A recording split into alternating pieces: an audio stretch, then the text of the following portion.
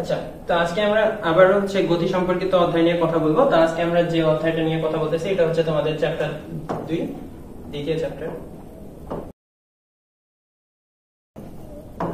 Second chapter. আজকে আমরা যেটা নিয়ে আলোচনা করব সেটা হচ্ছে গতি, সেকেন্ড চ্যাপ্টার। এসএসসি ফিজিক্স এর হচ্ছে দ্বিতীয় অধ্যায়। এসএসসি ফিজিক্স হচ্ছে দ্বিতীয় অধ্যায়, এসএসসি ফিজিক্স। তো দ্বিতীয় অধ্যায় তোমরা যারা পড়তেছো, তারা প্রথম যারা আসছো 2025 শিক্ষাবর্ষে যারা পরীক্ষা দিবা, তারপরে যারা 26 শিক্ষাবর্ষে পরীক্ষা দিবা, তারা আবার প্রথম থেকে যারা পড়তেছো তাদের জন্য ক্লাসটা আসলে। আর যারা তোমরা পড়ছো তারা তো জানো। তো স্থিতি এবং গতি, স্থিতি এবং গতি। তো স্থিতি কি? রেস্ট। কোন একটা বস্তু যদি স্থির থাকে, কোন একটা বস্তু একটা নির্দিষ্ট জায়গায় দাঁড়ায় আছে, সেটাকে আমরা কি বলবো? স্থিতি। মনে করো যে একটা বস্তু আছে যেটা হচ্ছে স্থির, তখন আমরা বলবো সেটা স্থির। যদিও বা প্রত্যেকটা বস্তুই কি আপেক্ষিক ভাবে স্থির, কোনো বস্তুই কি পরম স্থির হতে পারে না। আবার গতির ক্ষেত্রেও সেম কথাটা প্রযোজ্য, যে প্রত্যেকটা গতি আপেক্ষিক হয়, কোনো গতি কি পরম হতে পারে না। তো এই ব্যাপারটা আসলে কিরকম, এটার জন্য আসলে আমাদের যে প্রসঙ্গ কাঠামো ব্যাপারটা আছে, সেই প্রসঙ্গ কাঠামো সম্পর্কে জানতে হবে বা প্রসঙ্গ কাঠামো সম্পর্কে ধারণা থাকতে হবে। তো প্রসঙ্গ কাঠামো ব্যাপারটা কি? আচ্ছা, তো প্রসঙ্গ কাঠামো হচ্ছে যে দৃঢ় বস্তুর সাপেক্ষে অন্য কোনো বস্তুর অবস্থান নির্ণয় করা হয় তাকে আমরা প্রসঙ্গ কাঠামো বলি। তো ধরে নাও এই হচ্ছে একটা বস্তু, এটা একটা বস্তু। তো এই বস্তুর সাপেক্ষে এইখানে একটা এ বস্তু আছে এবং একটা বি বস্তু আছে। এই দুইটা বস্তুর আমি অবস্থান নির্ণয় করতেছি। তো এই বস্তুর সাপেক্ষে যেহেতু এ আর বি এর অবস্থান নির্ণয় করতেছি, তখন আমরা কি বলবো? এই বিন্দুটা হচ্ছে প্রসঙ্গ কাঠামো। এই বিন্দুটাকে আমরা তখন প্রসঙ্গ কাঠামো বলতেছি। তো উদাহরণস্বরূপ ধরে নাও যে তুমি একটা রাস্তা দিয়ে যাচ্ছ, রাস্তা দিয়ে যাওয়ার সময় তুমি হচ্ছে দেখতেছো বাইরের দিকে যখন পরিবেশে তাকাবা, পরিবেশের দিকে তুমি যখন তাকাবা দেখতে পাও যে হচ্ছে গাছগুলো তোমাকে ছেড়ে পিছনের দিকে যাচ্ছে, কিন্তু তুমি বলতেছো যে আমি স্থির। কিন্তু বাইরে থেকে যদি কেউ তোমাকে দেখে তাহলে সে বলবে যে অটোটা যাচ্ছে, আমি নিজের জায়গায় দাঁড়াই ছিলাম। অর্থাৎ এই এ কে যদি আমরা অটো ধরে নেই আর বি কে যদি আমরা ধরে নেই যে এটা হচ্ছে একটা গাছ, তাহলে তুমি যখন একদিক থেকে যাচ্ছ, অর্থাৎ একদিক থেকে আরেক দিকে যাচ্ছ, তখন তুমি দেখতেছো যে গাছটা কি আছে তোমার কাছে? স্থির আছে। আচ্ছা ঠিক আছে, আমরা এখানে আরেকবার ভালো করে দেখাই। তো এই হচ্ছে আমাদের সবার পছন্দের শাকচুন্নি, এটাকে তোমরা সবাই চিনো। আর এই হচ্ছে আমাদের গাছ। তো এখন বলতেছি যে হচ্ছে আমরা যখন যাচ্ছি, রাস্তা দিয়ে যখন যাচ্ছি, তো এই হচ্ছে প্রসঙ্গ বিন্দু। ধরে নাও এটা হচ্ছে সকিনা, মানে দাঁড়ায় আছে যে তোমাকে কিনা দেখতেছে। তো এই হচ্ছে ব্যক্তি যে কিনা হচ্ছে গতিশীল ছিল। এই ব্যক্তিটা কি ছিল? গতিশীল ছিল। আর এই গাছটা কিন্তু স্থির ছিল। গাছটা কি ছিল? স্থির, মানে আপেক্ষিক স্থির, পরম স্থির কোনোটাই সম্ভব নয়।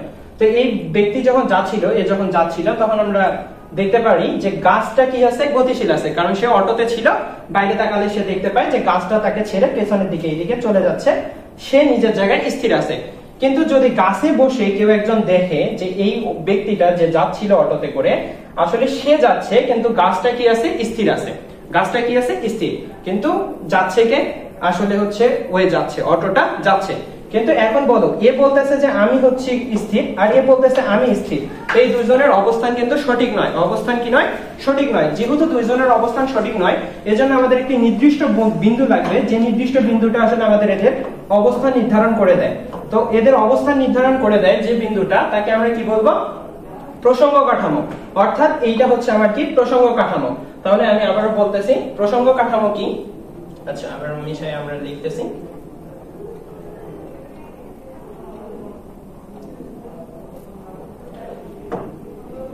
প্রসঙ্গ কাঠামো, তো যে দৃঢ় বস্তুর সাপেক্ষে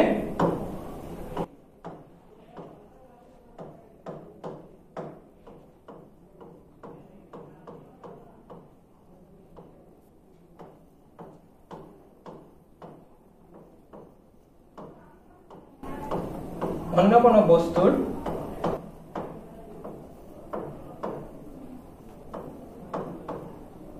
অবস্থান নির্ধারণ করা হয়।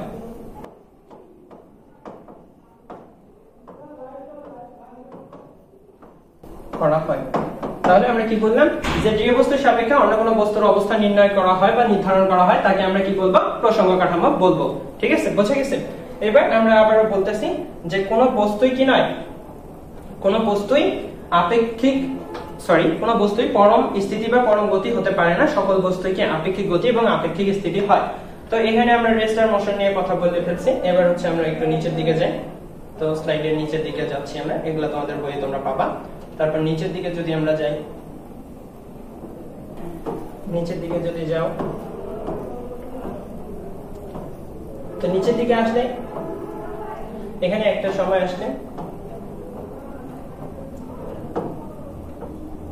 আচ্ছা, তো এবার নিচের দিকে আসলে আমরা দেখতে পাচ্ছি এখানে হচ্ছে বিভিন্ন প্রকার গতি, যে হচ্ছে ডিফারেন্ট টাইপস অফ মোশনের কথা বলা হচ্ছে। কি বলা হচ্ছে? Different types of motion. তো ডিফারেন্ট টাইপস অফ মোশনের মধ্যে আমরা যদি যাই তাহলে নিচে আমরা একটু নিচের দিকে গেলে পাবো হচ্ছে সরলরৈখিক গতি। কি পাচ্ছি? সরলরৈখিক গতি। কি পাচ্ছি? সরলরৈখিক গতি। আচ্ছা, সরলরৈখিক গতি কি?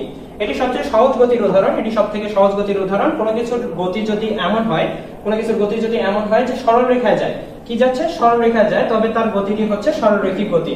কোনো কিছুকে সমতল পৃষ্ঠে ধাক্কা দিলে যে গতিটা পাওয়া যায় সেটা হচ্ছে সরলরৈখিক গতির কথা বলা হচ্ছে। তো এটা সবথেকে সরল কথা, যে হচ্ছে একটা মনে করো এই হচ্ছে ঢালু তক্তা আর আমাদের কলমটা, তো আমরা এটাকে যদি গড়ায় গড়ায় নিয়ে যাই তাহলে এর গতিটা যদি সরল রেখায় হয়, তবে যদি সরল